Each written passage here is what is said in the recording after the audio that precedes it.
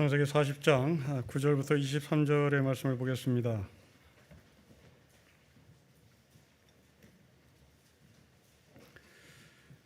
(40장) 9절부터 23절의 말씀을 교도하겠습니다.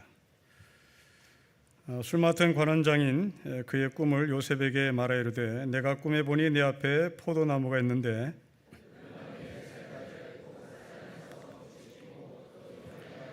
내 손에 바로의 잔이 있기로 내가 포도를 따서 그 즙을 바로의 잔에 짜서 그 잔을 바로의 손에 들였노라.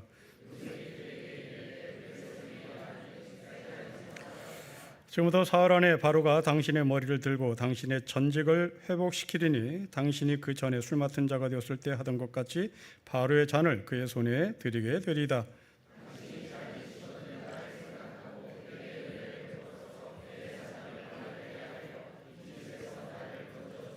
나는 히브리 땅에서 끌려온 자요 여기서도 옥에 갇힌 일을 행하지 아니하였나이다.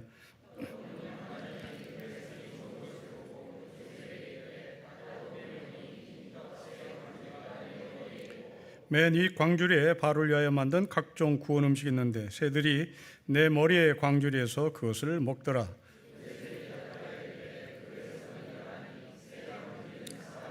지금부터 사흘 안에 바로가 당신의 머리를 들고 당신을 나무에 달리니 새들이 당신의 고기를 뜯어 먹으리다 하더니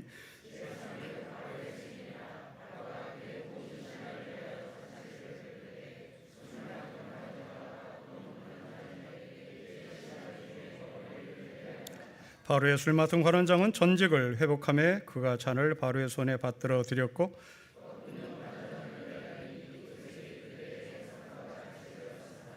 같이 읽겠습니다. 술 맡은 관원장이 요셉을 기억하지 못하고 그를 잊었더라. 아멘. 요셉이 두 사람의 꿈을 해석해 주는 이야기입니다.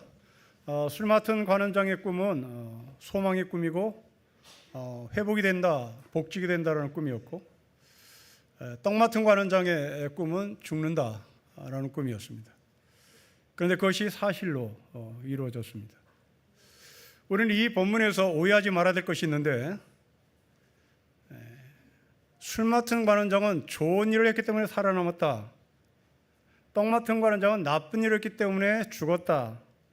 이렇게 보시면 대단히 곤란합니다. 오늘 본문은 술 맡은 관원장을 복직시키고 떡 맡은 관원장이 죽었다고 하는 것은 잘잘못을 따지려고 하는 것이 아니라 이 생과 사의 주관자가 하나님이신 것을 가르쳐주기 위함입니다. 이것을 우리가 놓쳐버리면 우리 모두 다 죽을 텐데 우리의 죽음이 심판인가? 꼭 그렇지만은 않습니다. 우리의 죽음은 심판이기도 하고 누군가에게는 구원의 축복으로 결과가 나타날 수 있습니다. 죽음이라는 것이 심판이 아니라 죽음이라는 것이 영생이고 천국에 가는 과정일 수도 있는 겁니다. 때문에 술 맡은 관원장은 착한 사람, 떡 맡은 관원장은 나쁜 사람, 이렇게 이분적으로 나누면 곤란하다는 얘기입니다. 우리는 오늘 두 가지의 관점에서 봐야 될 것인데 첫째로 여호와 하나님이 대체 누군가, 이 꿈을 해석해 주는 하나님이 누군가라고 하는 것이고 두 번째로 이 꿈을 하나님을 대신해서 해석해 주는 요셉이 누군가, 이 두 가지의 시선에서 오늘 본문을 봐야 할 것입니다. 여러분 오늘 본문의 말씀을 전체 관찰해 보십시다. 공통점이 있습니다. 3이라는 숫자가 대단히 많이 나옵니다. 눈으로 확인해 보십시다. 10절, 12절, 13절, 16절, 18절, 19절, 20절 총 7번 나옵니다. 요셉은 세 가지, 세 광주리를 3일로 환치시킵니다. 제가 여러분에게 왜 이 시간을 짚어드리냐면 그 이유는 40장이 1절에서 보면 시간으로 출발하기 때문에 그렇습니다. 그 후에 시간입니다. 그리고 40장은 시간 3일로 마감합니다. 20절에 3일로 마감해요. 그리고 그것으로 끝나지 않습니다. 41장으로 건너오십시오. 또 시간으로 출발합니다. 사건이 중요한 게 아니라 그 사건이 시간 안에서 이루어진다는 얘기를 지금 창세기 저자는 계속 반복하고 있는 겁니다. 자, 우리는 여기서 질문합니다. 왜 창세기 저자는 이렇게 시간에 대해서 계속 반복할까? 왜 이렇게 시간을 중요하게 여길까? 이 질문의 답은 창세기 1장 1절에서 답을 구할 수 있습니다. 태초에 하나님이 천지를 창조하십니다. 태초가 시간입니다. 이 천지를 창조하신 하나님은 태초에 라는 말의 근거에서 해석해 보면 시간을 창조했다는 얘기입니다. 그것만이 아닙니다. 시간을 창조하신 하나님은 오늘 본문의 말씀처럼 시간 안에 계시고 시간 안에서 일을 하시는 하나님이라는 얘기입니다.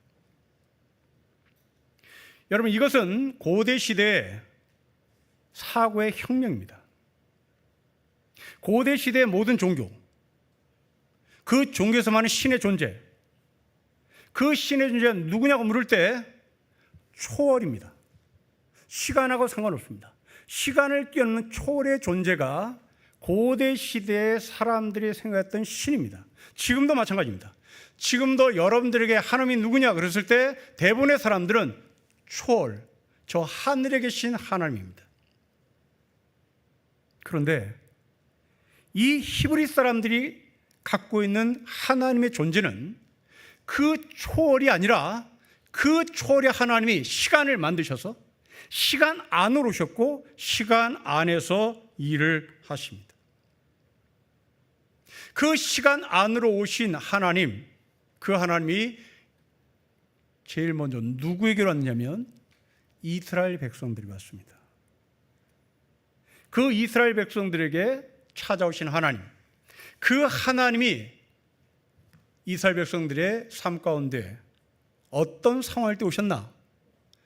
애굽에 종살이 할 때, 바벨론에서 종살이 할 때 오셨습니다. 이분이 여호와 하나님입니다. 그런데 이제 그 여호와 하나님이 유대인과 특별한 관계를 맺은 여호와 하나님이 이제 우리 안으로 오셨습니다. 우리 안으로 오신 그분은 여호와 하나님이 아니라 예수 그리스도이십니다. 여러분, 이게 어떤 의미냐면 다시 초월의 하나님으로 돌아가 보면 모든 인류는, 모든 인간은, 모든 민족은 저 초월의 하나님을 향해서 가야 되는 것으로 신을 설명합니다. 그런데 저 초월에 계신 존재에게 가려면 내가 능력이 있어야 되는 겁니다. 예를 들면 돈이 있어야 되겠죠. 돈을 받는다면, 아니면 종교에 관해서 보면 열심히 기도해야 되겠죠. 열심히 헌신해야 되겠죠. 네, 좋습니다. 돈이 있어서 가도 좋습니다. 열심히 기도해서 가면 좋겠습니다. 열심히 헌신해서 갔으면 좋겠습니다. 그런데 우리 주변에는 열심히 헌신하고 싶어도 몸이 약해서 헌신을 못하는 사람이 있거든요. 우리는 하나님 앞에 가고 싶어도 돈이 없어서 갈 수 없는 사람이 있거든요. 우리는 시간이 없어서 기도할 수 없는 사람이 있습니다.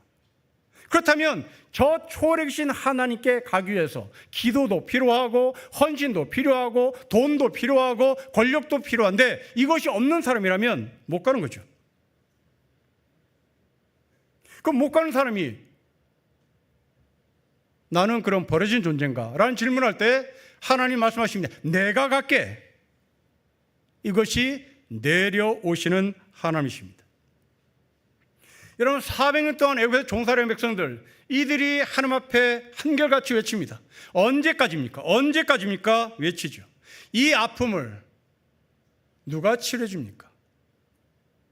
400년의 종살이, 그 상처는 상상을 초월합니다. 우리가 일제강점기에 36년의 상처가 지금도 아물지 않았습니다. 지금도 속이 뒤집어집니다. 하물며 400년의 종살이, 그리고 바벨론에서 70년의 종살이, 이 아픔은 어떤 누구도 설명이 안 됩니다. 절대로 치유가 되지 않을 것 같은 그런 아픔입니다. 그 400년 종살에서 히브리 노예들은 우리의 아픔을 누가 치유해 줄 것인가? 우리의 아픔을 누가 싸매어 줄 것인가? 그때 하나님은 모세에게 찾아오셨습니다. 그 모세가 여호와입니다. 모세는 이런 하나님을 처음 만납니다. 그래서 묻지요. 당신 누굽니까? 당신 누굽니까? 그러자 이 모세를 만나신 하나님 하신 말씀입니다. 나다. 나다. 이 말을 히브리어로 바꾸면 여호와입니다. 모두 다 못 살겠다고 아우성칠 때 이들을 치유하기 위하여 하나님께서 특별히 모세를 만나셨고 그 모세에게 나 여호와다. 그런 것처럼 이스라엘과 우리와는 아무 상관없는 이 한국 민족에게 특별하신 하나님이 오셨습니다. 그분은 예수 그리스도십니다. 이 예수 그리스도가 누구한테 오시나? 400년 종살이하는 이스라엘 백성들에게 오신 것처럼 바로 이 땅의 약자에게 오신 겁니다. 예수님의 탄생을 기억해 보십시오. 여관에 방이 없어서 마구간에 태어나셨습니다. 이 말은 고대 시대에 방에서 태어나지 못하는 아이들이 있었다는 얘기입니다. 그들에게 임하신 겁니다. 헤롯 대왕이 2살 이하의 사내를 죽이러 명령했습니다. 곧 이 말은 당시에 2살 이하의 사내아이들이 많이 죽었다는 얘기입니다. 전쟁으로 죽었고 전염병으로 죽었고 심지어 아들이 아니란 이유로 죽었습니다. 로마 역사에 남겨있는 하나의 유물이 있습니다. 로마 군인이 전쟁터에서 자기 아내에게 보낸 편지입니다. 그 편지의 내용은 이렇습니다. 내가 집을 떠나올 때 당신이 안전하기를 소망하며 내 전쟁터에 왔소. 이제 전쟁터에서 내가 월급을 받았는데 이 월급을 동봉하니 잘 써주기를 바라오. 그런데 한 가지 부탁이 있어. 내가 집을 떠나올 때 당신이 임신한 것으로 내가 알고 있는데 지금쯤 출산이 가까웠을 것 같소. 부탁이 있어. 아들을 낳으면 살리고 딸 낳으면 엎으세요. 이게 보편이었습니다. 지금 문서로 남아 있어요. 2살 이하의 사내를 죽이라.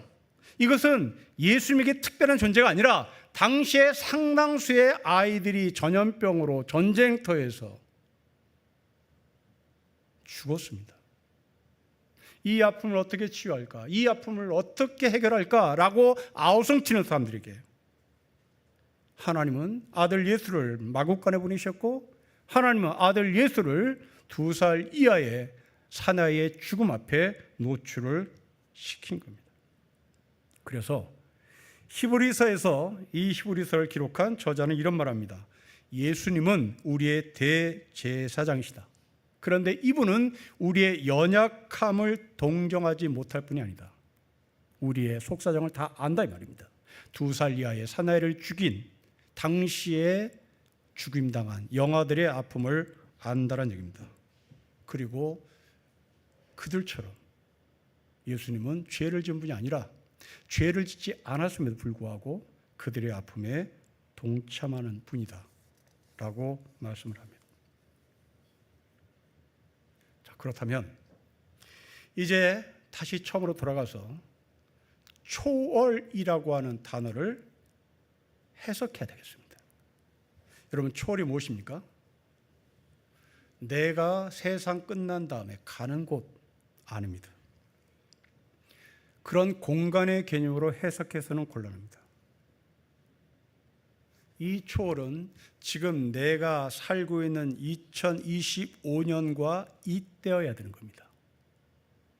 다시 말하면 내가 살고 있는 하루, 한 달, 1년이 모여서 시간들의 파편들이 모이고 쌓여서 만나는 지점, 그게 초월입니다.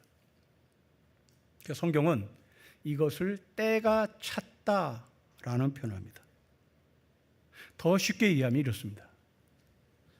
미국에서 20년을 살다 보니 영어가 되더라, 이 말입니다. 내가 지금 비행기 타고 미국에 가봐야 영어 못합니다. 그런데 거기에 가서 시간이 켜켜이 쌓이고 시간의 단편들이 누적되고 또 누적돼서 마침내 영어를 하게 되더라 라는 말, 곧 이 말은 지금 이 시간 속에서 내가 영생을 살아갈 수 있는 힘은 이 안에서 영생이라고 하는 시간의 내용들을 채워져 가야 하는 겁니다. 이 시간 안으로 오신 예수님께서 우리에게 비유로 말씀하신 것이 마태복음 25장입니다. 양과 염소의 비유입니다. 이 양과 염소의 비유를 통하여 예수님이 하신 두 단어를 여러분 꼭 기억해야 됩니다. 첫째, 양은 영생. 둘째, 염소는 영벌. 공통점이 무엇입니까? 공통점이 영원입니다. 제가 대학 다닐 때 죽음에 대해서 심각하게 고민을 한 적이 있는데, 천국과 지옥이 없다면 나는 죽어서 화장터에 들어가 30분 만에 다 태워서 뼈를 갈아서 강에 버리든지 낙골당에 들어가든지, 그럼 끝나는 거잖아요. 그럼 괜찮잖아요. 이 땅에서 어떻게 살 상관없는 거 아닙니까? 내가 죽어서 천국과 지옥이 없다면 난 천국 갈 마음 없어. 그럼 여기서 끝나면 되는 거잖아요.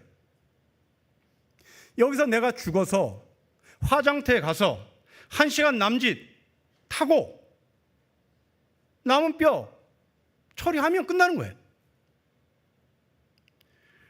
그런데 제가 심각하게 고민한 것은 천국과 지옥이 있다는데, 이건 둘 다 영원입니다. 이건 둘 다 영원이에요. 천국도 영원이고 지옥도 영원인 겁니다. 예수님께서 하신 단어예요. 영생, 영벌, 천국, 지옥입니다. 그러니 내가 이 땅에서 그냥 죽고 마는 것이 아니라는 사실에 저는 굉장히 겁이 났습니다. 이거 어떻게 할 거예요? 여러분들이 죽으면 끝이다. 세상 편한 사람입니다. 여러분 세상 편한 사람이에요. 그렇게 인생 편하게 살았으면 좋겠습니다. 그런데 우리는 죽고 끝이 아니라 죽은 다음에 천국과 지옥으로 가는 거예요. 영생과 영벌로 가는 겁니다. 초월이란 뭘까? 초월이란 갑자기 우주선을 타고 뿅 가는 게 아니라 바로 영생과 영벌을 만나는 과정 속에 내가 초월의 삶을, 영생의 삶을 지금 살고 있는 겁니다. 여러분 요셉을 보십시오. 39장 23절에 여호와께서 함께 하셨다고 얘기합니다. 그리고 40장 1절에 그 후에 39장 23절과 40장 1절 사이에 많은 내용들을 추측해 보십시오. 요셉은 감옥에서 어영부영 시간 보내지 않았습니다. 요셉은 감옥에서 23절과 40장 1절 사이의 삶 속에 술 맡은 관원장과 떡 맡은 관원장의 문제를 섬기고 그들을 도와줍니다. 시간을 낭비한다는 것은 영혼을 포기하는 사람입니다. 시간을 낭비한다는 것은 지옥 가는 지름길입니다. 시간을 낭비한다는 것은 시간을 창조하신 하나님을 무시하는 겁니다. 시간을 낭비하는 사람은 나에게 특별히 찾아오신 예수 그리스도를 무시하는 겁니다. 여러분 지금이 영원입니다. 지금이 추월입니다. 그래서 창세기 저자는 시간에 대한 이야기를 계속 반복하는 겁니다. 히브리 노예들아, 애굽에서 잘 살 수 있는 방법이 뭔가? 바벨론에서 종사하는 히브리 노예들아, 바벨론에서 잘 사는 방법이 뭔가?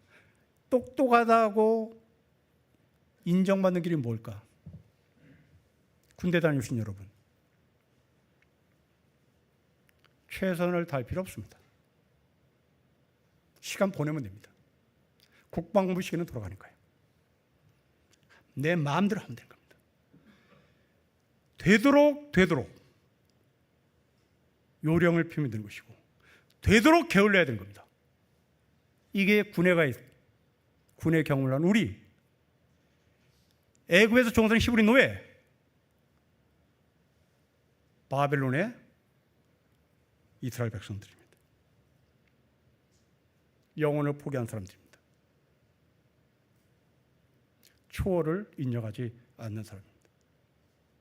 이제 이 감옥에서 요셉이 두 사람의 꿈을 해석합니다. 한 사람의 꿈은 복직의 꿈이고 한 사람은 죽는다는 꿈이죠. 여러분, 지금 이 꿈을 해석해 주는 사람은 히브리 노예입니다. 그리고 이 꿈을 맡긴 사람은 애굽의 고위 관료입니다. 여러분에게 이런 부탁을 누군가 했다면 우리가 노예의 신분으로서 고위 관료가 내 꿈 좀 해석해 줘. 부탁을 받았을 때 여러분들은 어떻게 꿈을 해석해 줄 수 있겠습니까? 저 같으면 이렇게 해석 안 합니다. 저 같으면 둘 다 살아요. 그 다음에 한 사람 죽으면 끝이 납니다. 그 죽은 사람이 나에게 책임 물을 게 없으니까. 그 죽은 사람이 나에게 책임 물을 리 없으니까 둘 다 살아요. 그럼 나는 괜찮은 거예요. 여러분, 지금 이 사람은 고위 관료입니다. 이 고위 관료이기 때문에 이 사람과 관계된 사람이 밖에 많아요. 지금은 이 요셉은 히브리 노예입니다. 이 히브리 노예가 당신 죽어요. 그러면 나만 죽어? 니도 죽어? 이 떡 맡은 관원장이 요셉을 죽일 수 있는 거예요. 현명치 못합니다. 나 살려면 둘 다 삽니다라고 말해야 되는 겁니다. 그런데 요셉은 왜 한 사람은 살고 한 사람은 죽는다고 말할까요? 그 근거는 8절에 있습니다. 여러분, 8절로 올라가고 싶다. 우리 같이 읽겠습니다. 시작. 그들이 그에게 이르되 우리가 꿈을 꿨으나 이를 해석할 자가 없도다. 요셉이 그들에게 이르되 해석은 하나님께 있지 아니하나이까 차원대 내게 말하소서. 요셉은 자신의 경험으로 꿈을 해석하지 않습니다. 요셉은 자신의 주관으로, 자신의 뇌피셜로 꿈을 해석하지 않아요. 요셉은 하나님께서 꿈을 해석해 줄 것이라고 말합니다.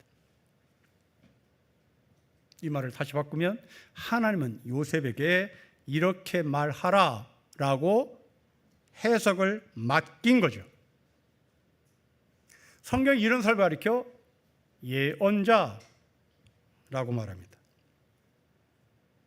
자, 다시 이 꿈을 해석해달라고 부탁받은 요셉의 자리로 돌아가 보십시오. 꿈을 해석해달라고 부탁한 사람들은 고위 관료, 소위 정치인들입니다. 요셉은 하나님의 말씀을 태어나는 예언자입니다. 지금 정치와 종교가 만나는 자리입니다.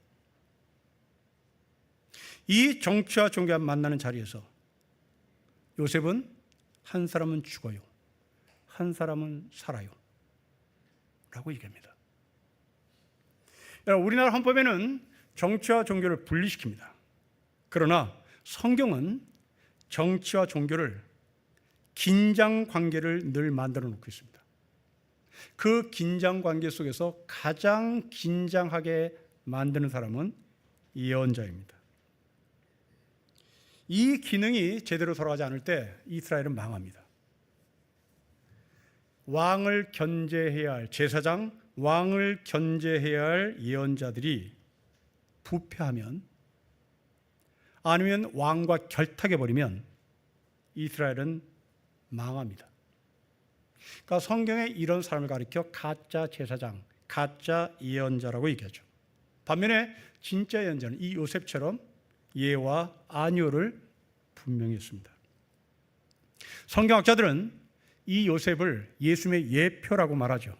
예수님의 예표라고 말한 이유는 요셉이 죄가 없음에도 불구하고 감옥에 와 있었던 것처럼 예수님은 죄가 없음에도 불구하고 십자가에 죽었기 때문입니다. 또한 요셉은 종이었습니다. 예수님도 종의 형체를 가지고 이 땅에 오셨습니다. 이런 예수님을 성경은 세 가지의 아이덴티티를 말합니다. 첫째로 왕, 둘째로 제사장, 셋째로 예언자입니다. 왕은 정치 영역입니다. 예언자와 제사장은 종교 영역입니다. 요셉은 바로 그 종교의 영역 속에서 특별히 예언자의 자리에 섭니다. 우리도 여러분들의 신앙의 정체성을 제사장의 자리에 두느냐, 예언자의 자리에 두느냐가 여러분의 신앙의 정체성을 규정할 수 있습니다. 예를 들면 이런 겁니다. 우리나라에 기독교 대학이 여러 개 있는데 일제강점기 때 세워진 대학 중에 연세대학이 있습니다. 그리고 숭실대학이 있습니다. 이 두 학교가 기독교 대학인데 목적이 전혀 다릅니다. 숭실대학은 목사를 양산하는, 교회 지도자들을 양산하는데 교회 그 학교 교육의 철학을 둡니다. 반면에 연세대학은 교회 지도자를 세우는데 관심 없습니다. 연세대학은 이 사회의 기독교인으로서의 지도자를 양산하는데 교육의 목표를 둡니다. 그래서 이것이 사실로 지금까지 흘러옵니다. 제가 학교 다닐 때 영락교에서 세운 대강고등학교, 영락교회가 경영을 하고 있는 숭실대학교, 이 대광고등학교를 졸업하고 숭실대학을 나와서 장로신학대학에 가면 이 사람은 출세가 보장됐습니다. 우리 교단의 진골들은 대광과 숭실대 장신대입니다. 이 라인을 타야 되는 겁니다. 저 같은 연대 출신들은 통합 측에서 명함도 못 냅니다. 이건 완전히 마이너들입니다. 알아주지도 않습니다. 그 이유는 학교의 교육 철학이 이렇게 달랐기 때문입니다. 다시 말하면 숭실대학은 제사장을 만드는 학교라면 연세대학은 예언자를 만드는 학교라고 볼 수가 있습니다. 예언자 요셉, 바로 그 사람을 통하여 하나님은 이 사람은 죽고 저 사람은 산다라고 얘기했습니다. 한 사람은 소망을 갖게 됐고 한 사람은 망치로 얻어맞은 듯한 충격을 받았습니다. 예언자의 말이라는 것은 듣기 좋은 사랑 노래가 아닙니다. 때로는 사람들 속에 숨어있는 생명을 살리는 봄볕일 때가 있고, 때로는 둔감한 영혼을 깨트리는 도끼나리오 망치가 될 때가 있습니다. 이런 예언자의 외침은 사건을 일으킵니다. 예수님은 우리에게 이런 예언자의 삶을 요구합니다. 마태복음 5장에서 하신 말씀입니다. 오직 너희 말은 옳다, 옳다, 아니라, 아니라고 말해라. 야고보사도 같은 말합니다. 너희가 그렇다고 생각하는 것을 그렇다고 말하고 아니라고 생각하는 것은 아니라고 말해서 너의 정죄함을 받는 것을 피하라고 얘기합니다. 여러분, 우리 사회를 보십시오. 그리고 우리 교회의 목회 철학이 무엇인지를 다시 점검해 보십시다. 우리 교회 목회 철학은 그냥 종교인을 양산하는 교회인가? 아니면 사회의 빛으로 소금으로 살도록 양육하는 교회인가를 묻습니다. 요즘 사회는 예와 아니오라를 말을 해야 될 자리에서 예와 아니야를 말을 못하고 그럴 것 같아요 라고 말하는 것이 이 시대의 문화인 것 같습니다. 젊은이들하고 말할 때 네 얘기를 해봐. 그럴 것 같아요. 네 얘기를 해보라고. 그렇다고 생각해요. 왜 그렇게 말할까요? 책임지기 싫은 거죠. 여러분들의 말하는 그 말의 습관에 그럴 것 같아요 라고 말할 때 왜 그런 말을 하는지를 스스로 물어보십시오. 정말 몰라서 그렇다면 좋습니다. 그런데 책임을 피하기 위하여 말한다면 여러분들은 대단히 기회주의자입니다. 시인 이사나라는 사람이 있습니다. 이 사람이 이런 말을 해요. 세상이 지옥으로 변하는 이유는 나쁜 사람들이 많아서가 아니라 침묵하는 착한 사람들이 많기 때문이다. 적들의 침묵보다 친구들의 침묵이 더 나를 슬프게 한다. 모든 적폐는 나의 침묵에서 비롯된다. 그것이 모여 우리의 침묵이 된다. 나의 침묵이 모여서 우리의 침묵이 되니 이 나라는 망하는 거죠. 예와 아니오를 분명히 말하는 이유, 책임지겠다는 자신의 결단입니다. 요셉은 이런 삶을 우리에게 도전해요. 이렇게 성경에서 예와 아니오를 분명했던 사람, 나단 선지자입니다. 다윗의 면전에서 예와 아니오를 분명했습니다. 열왕기상 22장에 나오는 미가의 선지자는 어떻습니까? 모든 당시의 선지자들이 아방에서 아양을 떨었습니다. 아람 왕과 전쟁에서 우리는 이깁니다 외쳤습니다. 그러나 미가의 선지자는 아니라고 외쳤습니다. 가나안을 정탐할 때 12명의 사람들 가운데 10명 어떻습니까? 못한다고 얘기했습니다. 여호수아와 갈렙은 할 수 있다고 얘기했습니다. 우리 한국 역사도 마찬가지입니다. 예와 아니오를 분명히 했던 기독교의 역사가 많습니다. 신사참배 반대 투쟁할 때 이 땅에 예와 아니오를 분명히 했던 목사님 그리고 장로님, 성도들이 있었습니다. 군사 독재 때는 어떻습니까? 이 땅에 남아있는 성도들은 독재는 아니라고 외쳤습니다. 그리고 저항했습니다. 이런 결과 우리는 지금 표현의 자유, 사상의 자유 마음껏 누리며 살고 있습니다. 목사인 저는 이것을 피부로 느끼며 삽니다. 제가 대학 다닐 때 저희 교회 예배당에 서대문 경찰서 정복과 형사가 맨 뒤에 앉아서 다리 꼬고 목사의 설교를 체크하고 있었습니다. 아무 수를 선택했다, 잡혀가는 겁니다.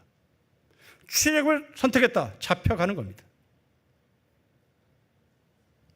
제가 학교 다닐 때 저희 강의실에 형사가 같이 강의 들었습니다. 한 학기 동안 그 형사하고 같이 공부하다 보면 그 사람하고 친해져요. 그리고 같이 담배도 나눠 핍니다. 아저씨 담배 있어요? 담배 없는데? 담배 필까요? 서로 담배를 주고받고 나눠 피다가 이제 데모가 나면 갑자기 원수가 되고 또 데모가 끝나면 아저씨 안 다쳤어요? 너 안 다쳤니? 서로 담배를 나눠 먹었던 그런 시대였습니다. 그런데 지금은 관악경찰서의 정보과 형사가 여기에 오지 않아요. 여기에 우리를 감시하고 무슨 얘기를 하는지 체크하는 사람이 없습니다. 아니오라고 얘기해도 예라고 얘기해도